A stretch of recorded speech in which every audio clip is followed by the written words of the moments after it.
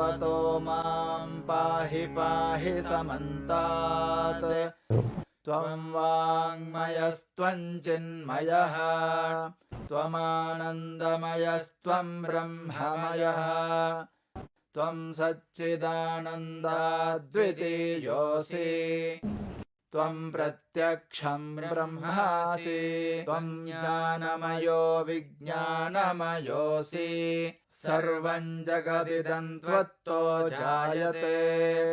सर्वं जगदिदं त्वत्तस्तिष्ठति सर्वं जगदिदं त्वयि लयमेष्यति सर्वं जगदिदं त्वयि प्रत्येति त्वं भूमिरापो नलो निलो नभः त्वं चत्वारि वाक्पदानि त्वं गुणत्रयातीतः त्वमवस्थात्रयातीतः त्वं देहत्रयातीतः त्वं कालत्रयातीतः